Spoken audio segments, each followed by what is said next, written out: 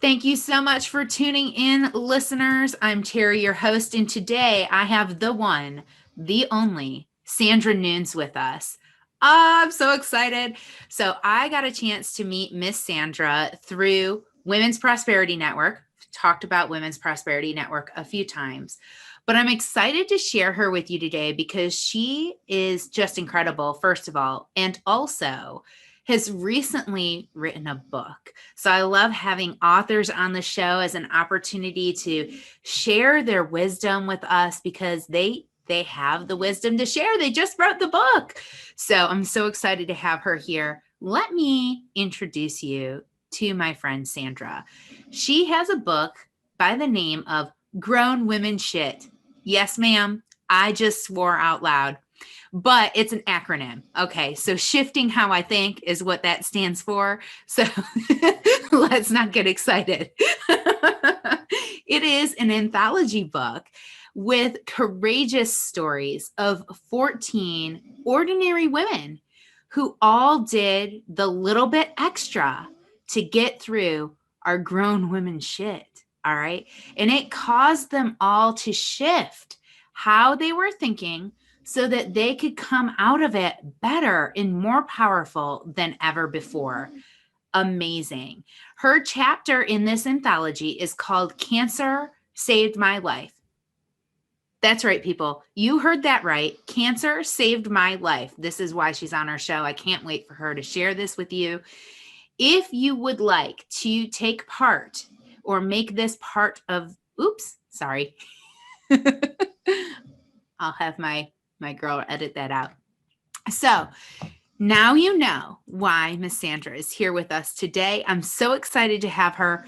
Sandra, thanks for being here. Thank you for having me, Terry. I am so honored and it is my pleasure to be here. And I'm so excited to be able to share this time with you and with everybody else. Yes, Thank you. ma'am. Yeah. So, why the title Cancer Saved My Life? Can you tell us a little bit about that? Absolutely. Absolutely.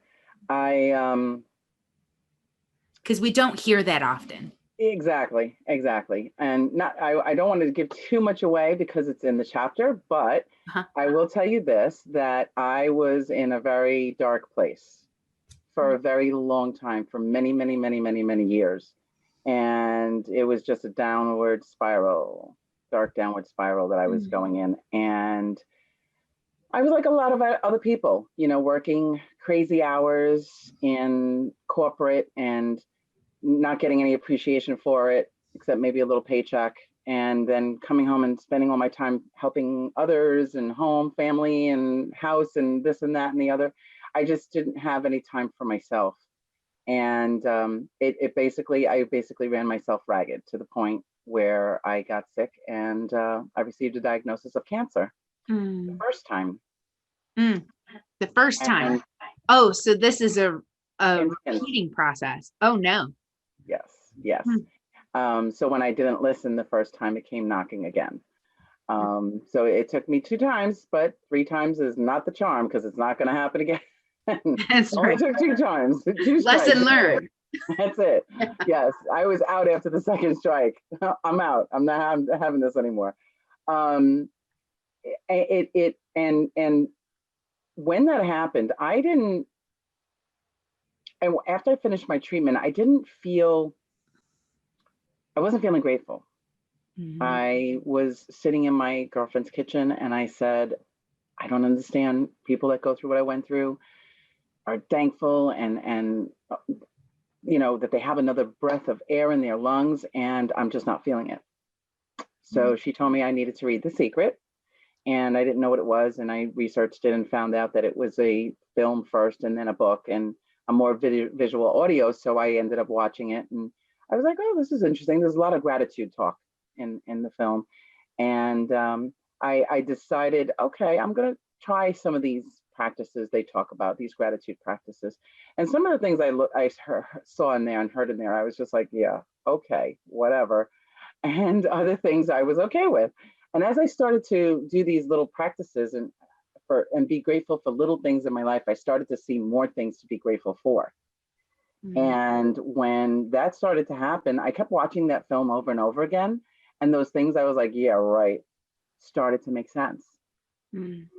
And it started me on my personal growth journey to where I am today. And if it wasn't for cancer opening my eyes to the possibility of being a different person and being the person that I think deep down inside always wanted to be, I would not be sitting here today talking with you. Oh my gosh. That's some powerful stuff right there. And for those of you who are watching this, listening to this, the secret, the concept behind the secret is the law of attraction. And the law of attraction directly relates to the fact that everything in our universe is in energy. We are all forms of energy, beings of energy, and therefore can influence energy is the main premises around it.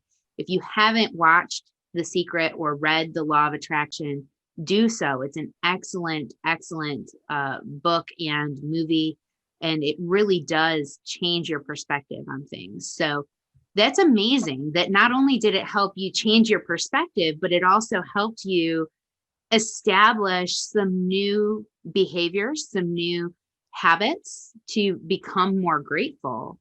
How has that served you in your life now? Because now we're at a point where we're cancer free, we're never having it again. How is it serving you now to continue that habit or that pattern of behavior of gratitude? It has just continued from when I started all the way through, and will as long as I continue to be grateful, to bring me everything it is that I want in my life. Mm. Um, I don't even know how I survived as long as I did without being grateful. Mm. It was just amazing. I can't even fathom if I hadn't. Well, you know what I'm saying? Mhm. I think that when you learn to be grateful, even if it's for the tiniest little things, you become more humble each time you're Yes. grateful for the tiny little things. And, you know, life is valleys and peaks, right? You have to go through the valleys to appreciate those peaks. And you can't appreciate those peaks if you don't go through those valleys and be grateful for what those valleys have taught you.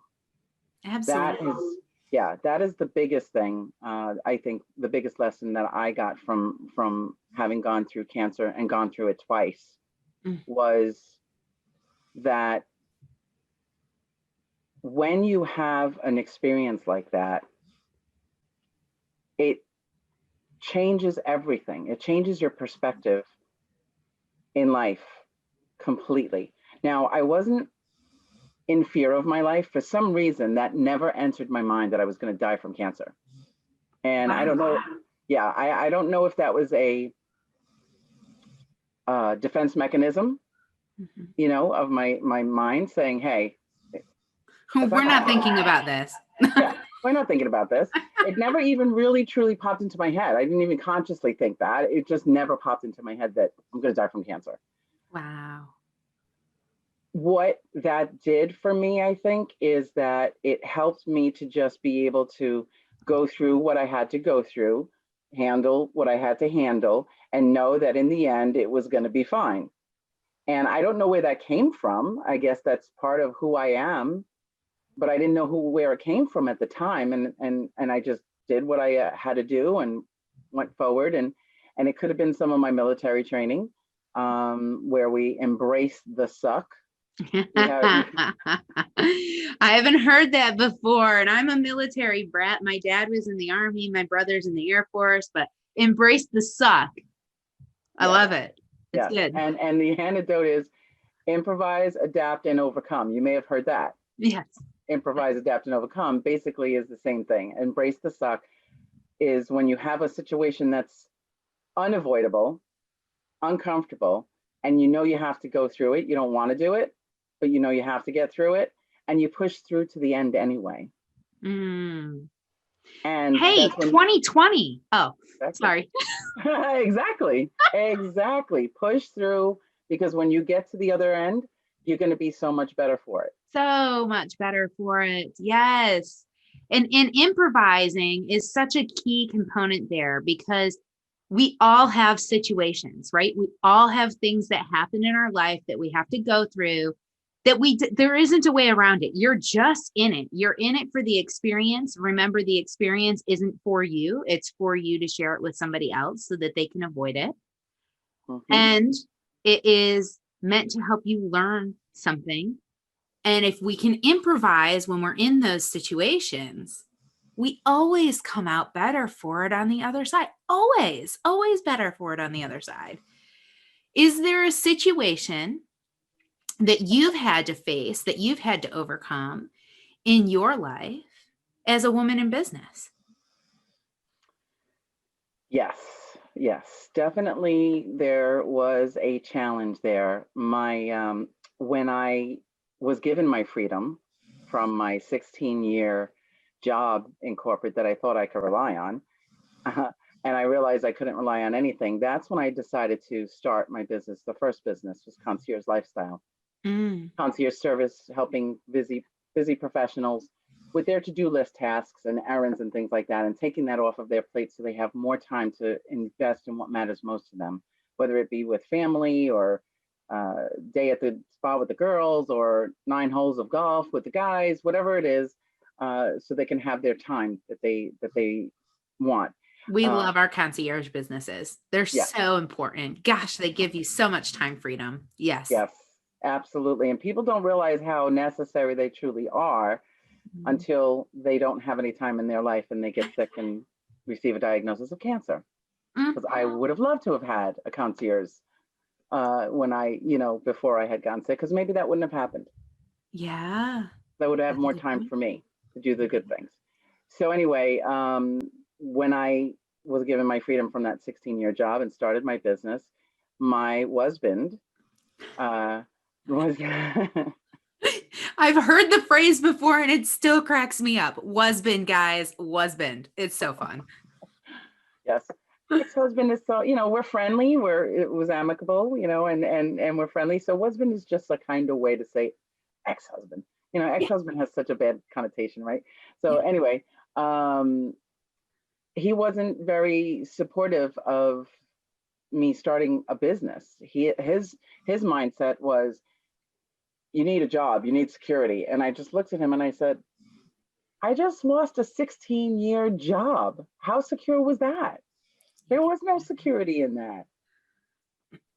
So that was a Mhm. really big challenge because I had to not just prove to myself that I could do this, I had to prove to him that this was something that people would want, they would pay for it. And it was a challenge and it got me down sometimes. It definitely did. Sure. It took its toll on me. And it made it very slow going to get my business off the ground because I kept listening to his stories instead Mhm. of my own stories of, yes, I can do this. And Mhm. I was letting it influence me. And it took a lot longer to get going the way I wanted it. I think. Ah, that's such a good point, right? That the people who are closest to us have such a significant influence and impact in our lives and in the direction of our dreams, even. If they're positive about it, we feel more positive and confident about it. If they're negative about it, it's the self-doubt. It's the negative voice in our head that tells us we shouldn't, we can't, why are we doing this, right? It's Yes, the thing that is the anchor around our ankle that stops us from getting out of the warm bed at 6 o'clock in the morning. 6 o'clock is even late for some people to get at it and go and do the things, right? And exactly. it's so important to have a support network. It's interesting that you brought up that conversation, though, about him saying that you needed to have security through a job, because I know for us, when we went out on our own, we had a similar conversation with our parents. Both me and my husband are self-employed, and we had that conversation with our parents, and they were like, well, shouldn't one of you be employed? Shouldn't one of you have a job? And we did that for many years. One of us had a job, the other one was self-employed, testing different things. And, we ping-ponged it back and forth. But at the end of the day, the job security came from the independent work, the work that we did for ourselves and for individual people that we wanted to serve. So a lot more security in being on your own. You Yes, would think it's not, absolutely. but there is.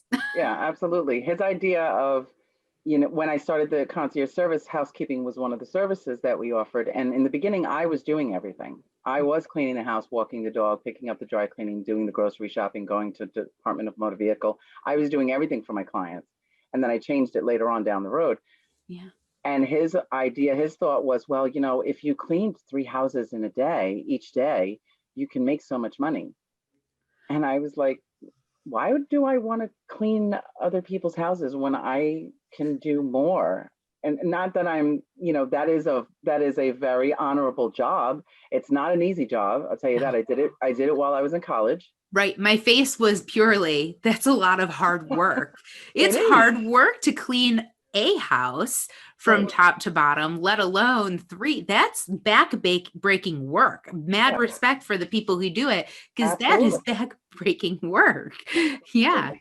Yeah. And cleaning other people's houses is even more difficult because you're not there all the time keeping it up or whatever. You're just going in and doing it from scratch. It is a lot of hard work, and I don't want to do that. I did that in college. I don't want to do that.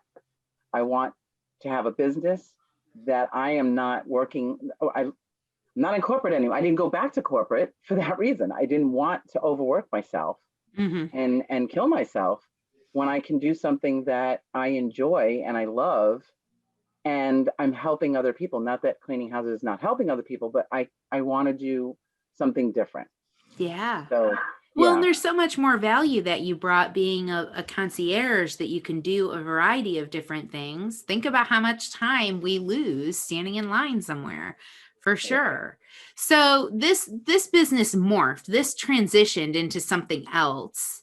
Can you Mhm. tell us how that transitioned, like the story of that? Sure, sure. So as I started to work with my clients in the concierge side, we got to know each other. We got to be very close because I'm in their life. I'm in their life, planning their life pretty much, doing everything for them, right? And we became friends. We would become friends, and they would ask me questions like, how did you, just like you did, how did you start your business? Why did you start your business? This is a great idea. The concierge, oh my goodness, I haven't heard of that before. What made you want to do that? And I would go explain to them what I explained to you about having had cancer and wanting to start this business so other people wouldn't have to go through what I went through. And they asked me, well, how exactly did you do that? And then they would ask me, what strategies and tools that I use to get through those difficult times and things like that. So I started to share the things that I started doing because I started following some of the other teachers in The Secret: Jack Mhm. Canfield, Joe Vitale, Lisa Nichols, um, and learned what their perspective was of the law of attraction and how to be a better person. Yeah. And I started to share that with them, and I saw that they started doing some of the practices, and things were changing for them because they thought the Mhm. problem was they didn't have enough time, and they thought they needed the concierge, but that really wasn't the problem because Interesting. now they had all this time on their hands, but they still weren't happy, or Oh. they still were feeling stuck or trapped in their circumstances. So when they started to do the things that I shared with them as far as how I got through difficult times and how I was able to be more positive and have the things that I want and show up in my life because of how I was showing up in my life, Mm. they started to realize, wow, okay. And they started doing it. And I thought, hmm, I, why don't I put this together in a program for people to be able to do this for themselves? And I can teach them how to do it. And I can show them and guide them and support them and remind them that they have the power to choose, Mm. because that is the most important thing. People have forgotten that they have the power to choose so they can create the life they want and deserve. I love that. We all need that reminder. We have the power to choose to be happy, to choose to be happy, to choose to be grateful, to choose to attract all of the things that we want and need and desire in our life, as opposed to choosing not to, right? We choose not to through the actions and the behaviors and the attitudes that we bring into each interaction. So let me back up just a minute, because you'd told us the biggest challenge you had was your husband not supporting you.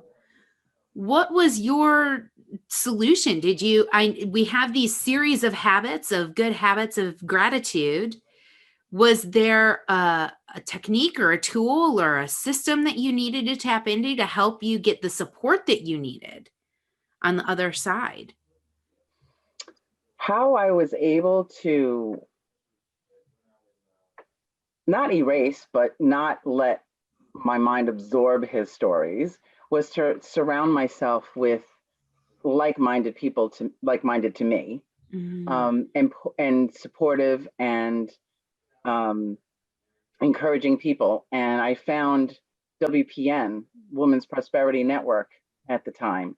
And I went to my first meeting, the monthly mastermind meeting, networking meeting, and I joined immediately. I became a member because the women in this group were so amazing. They weren't, walking on my back with their stiletto heels. They were picking me up with their hands and holding me up and supporting me and being there for me. And I made sure that I was around as many people like that as I could. And I surrounded myself with friends who were positive ones. And I kind of divorced those who were not, and started to clean house, because that's what we have to do. If you want something, you have to surround yourself with that. If you are the most positive person in your group of friends, you need a new group of friends. And I nod in agreement with this, because I don't remember who said it, and you might know. One of the thought leaders of yesteryear had talked about, we are the sum of the 5 people we spend the most time with. So if you are a really positive, upbeat person, in the sum of the 5 people you're spending the most time with are people who you are really trying to lift up, you're only lifting up your group. Well, what are they doing to you? Exactly. If you're the most positive person in that group, right? So finding those other groups that are going to sow into you as much as you sow into them creates a really powerful, positive bubble of almost protection. It's almost a protection bubble when we have this positive support system. So absolutely finding like-minded, positive individuals that will support you in your mission and your goals and your dreams and let you know that you're not alone. So important, especially if you have somebody that close to you as a husband, a spouse, a child, a parent who's telling you that it can't be done. We need to have those positive reinforcements that, yes, it can be done. Right. Sandra, Exactly. this is so good. This is so juicy. How can people get in touch with you so that they can read the chapter about how cancer saved your life in this book? They can go to my website, which is growingwithsandra.com, and they can go directly to the page where the book is by adding slash. Oh my goodness, I just went blank. Oh, It's okay. If you go to growingwithsandra.com. Growingwithsandra.com, and they can click on speaker author on the menu at the top, and that'll take them to the page. There you go. Yeah. Oh, growingwithsandra.com / about dash Sandra. Oh, there you go. Sorry about that. It's okay. We all have those moments where our brain just is like, nope, I don't know what you were trying to say. It's gone. Try again in 5 minutes. Exactly. Oh, and with the purchase of the book, it's a limited edition that I'm taking pre-orders for the book, and I will autograph the book for them when they buy it, and they will receive a bonus from me, which will be a one-on-one session with me. Yes, that's amazing. So, listeners out there who are trying to shift, you're trying to break free, you're trying to maybe you're adjusting to life without a corporate paycheck, you're trying to find your way, or maybe you are like Sandra, you've recently been diagnosed with something that you didn't expect was going to happen in your life, and you're trying to find your gratitude, you're trying to find your happy. You want to get in touch with her and get her book because I know it's amazing. The stories of the other women in there are also amazing. So definitely go and pre-order that so that you can get that autographed copy, because that's just fun. Who doesn't want an autographed copy of a book on their bookshelf? I know I do. And I get autographed copies of books every chance I get. So most of my collection is autographed by the author because that's how I do it. Good for So you. it's awesome. It's the best way, because then you have that personal connection. You're more inclined to read it if you have that personal connection, for sure. So Absolutely. okay. So we have this need to find a positive support system. How did you go about? Can you share some steps that you took to go about finding this positive support system for yourself?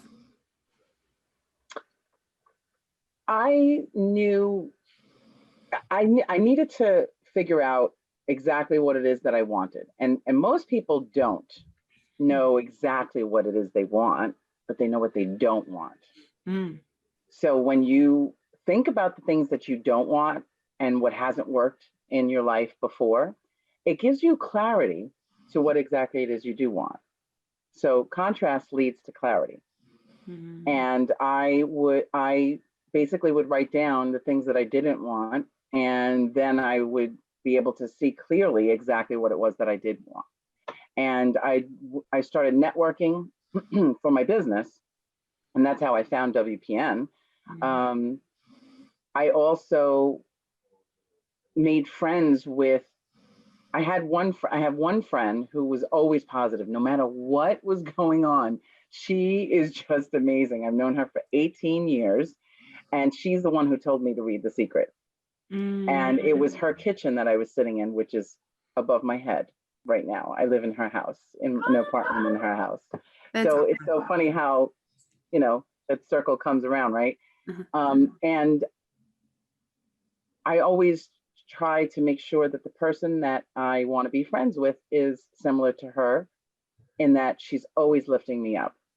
And when I meet somebody who's not so much that way, I won't necessarily not be friends with them, but I will, and in my nature, it's to want to help somebody. So I'll end up wanting to help that person, even if they don't want help.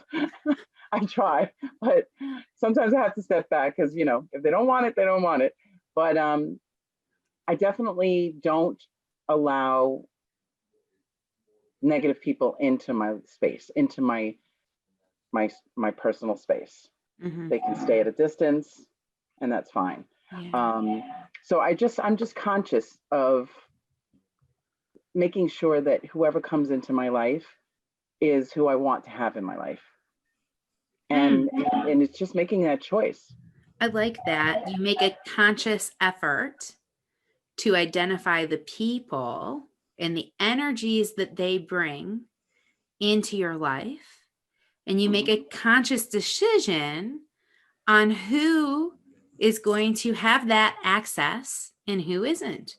And I think that's really important. I think we as humans find some distaste or some kind of obligation or something that says, I've known them for X number of years, so I can't just stop knowing them, or their family, so I can't just stop, right? There's this I can't just obligation that we seem to have as a human, as people in our society. But the reality is yes, you can. Mhm. You might not want to totally cut them off, the negative people in your life, because they might be blood related, so you're not going to totally cut them off, but you can say, I'm not going to seek them out. I'm not going to go out of my way to attend gatherings where I know they're going to be. I'm not going to go out of my way to make phone calls to them because that's just not a energy I want in my space. And if they seek you out, you might say, yeah, I have 5 minutes to talk. And you keep it short, right? Yes, absolutely. And it's interesting that you just said that about they might be family. When I was going through my personal growth process, and I still am because I'm still learning and I'm still growing. But when I was very vulnerable and I was very um, affected by the outside because I didn't know how to prevent that from affecting me. But I've learned how to do that now. I actually divorced my siblings for 2 years. Mm. I didn't like who I became when I was around them. Like you said, there's a gathering, and we didn't grow up very, uh, you know, loving towards one another. I mean, we all love each other, but it was just dysfunctional, and it wasn't really, a good environment. And whenever we got together, we would go back to the way we were when we were kids. Like we never grew up and learned who we were as adults and treat each other different. We see each other and boom, we're 12 years old again, Yeah. or 8 years old again, And I just didn't like it. And it was what I want. It was part of me. It was part of who I was that I wanted to change. So I had to not be around them. So I had mentioned it to my brother, and I guess he spread the word to the rest of the siblings because my sister called me and she's like, so should we not invite you to things anymore? And I'm like, not if you don't want to hear no. Yeah, no. For now. I'm not saying forever, but, and they were respectful of that. And I went through a course that I took in Landmark. I don't know if you've ever heard of Landmark Forum. I have One heard of of the, Landmark, yeah, but our listening audience might not have because that's the first time it's been mentioned on the show. yeah. It's a program for personal growth. Okay, and it's one of the exercises they had us do was to ask forgiveness from our parents, but my parents were gone already when I took the course. So I thought about my siblings, and it already had been about 2 years now that I hadn't really reached out to them and been around them. And the exercise went a little like this: I love you, and I am sorry for making you small so I could be bigger, Mm. which caused us to lose the ability to be close to one another. Please forgive me. I stand in my own power to want to create a new relationship with you of love, compassion, and no judgment. Mm. And when I called every one of my siblings, I have 5, I called each one of them one at a time and told them this. They said, every one of them said, you don't know how long we've been waiting for this phone call. Aw, that's so beautiful. And they all said yes to starting a new relationship with me. And now we have a relationship as adults. Yes. We're not treating each other, the way that we used to treat each other. And at least that's my experience that I'm having with each of my siblings. I'm not really sure about how they are with each other because we're all scattered all over the country. None of us are near each other. And my one sister who said, should we not invite you to things? She said to me, she goes, you know what, Sandra? Maybe you're going to be the one to teach us all. Mm-hmm. So Interesting. that was like, I was flattered. I was totally honored and flattered Super that she cool. thought that I would be able to teach everyone. And I think that I have, and I see differences in my siblings and how they are with me. So I know that things are changing definitely for them as well. So even though you might be in a group of negative people, you, depending on the place you are at with your own power, you can influence that entire group by showing up authentically. Yes. And then you can change them. Yeah. Well, they'll choose to change themselves, really. They'll choose to show up different for you because you've shown up different for them. Exactly. That's beautiful. I so appreciate you sharing that story because my brother and I had a similar and different relationship in that I'm the oldest and he's the youngest. And going through growing up, we had this very contentious, trying to vie for approval kind of relationship with our parents. And he went off into the military and I started my own business. So we're very, very different people in terms of how we operate and what we like and what jives with each one of us. Very different. And yet at the same time have a lot of very similar traits. And so those similarities are what caused abrasion in our relationship because we would see it in each other and we would pick on each other and just kind of find ways to make each other, just like you did, feel smaller than, so that we could be seen and we could get the approval and the acceptance and the love from our parents. Now, our parents were always are always very good about sharing and making things even with us. But I think what had happened was I was always a very strong, very independent, very forward thinking person. I spent the first 6 years of my life with just my parents, whereas my brother always had me to help guide him and influence him. And so having that influence always sought out the influence of others to help him know what was right from wrong, as opposed to, I just going to figure it out. Like, I don't need somebody to show me. I'll figure it out. Yeah, I'm a Taurus, so I'll figure it out. Right. absolutely. But that did cause abrasion. And when my brother went overseas and spent some time overseas, one of his roommates had lost a sibling while they were over there to cancer. Mm. And he had called me up in tears when he was over there. And he said, I'm sorry. I've taken you for granted. Uh, I want a better relationship with you. You are my only sister. You will always only be my only sister. And I want us to have a healthy and happy relationship because I don't want to be in a position where something happens to you and I haven't talked to you in a year or two. And that really meant a lot to me. And I have since also said, you know what? I'm sorry. I have been head in the sand with my business and I haven't paid attention to you and what's going on in your life. And I haven't been good about reaching out. And I'm going to make it an effort to be better than that because our relationship deserves it. And we deserve to have a relationship outside of my parents because someday we won't have mom and dad to hold us together. So we need to have a relationship outside of them. And it's been really good ever since. We did Thanksgiving at his house this year. So Nice. it's a really amazing. It is when forgiveness is absolutely amazing for both people involved, for Absolutely. everyone involved. It gives you power.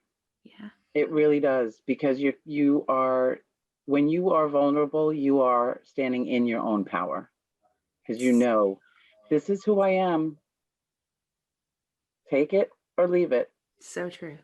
and But you you are have in. to have self-love and acceptance first.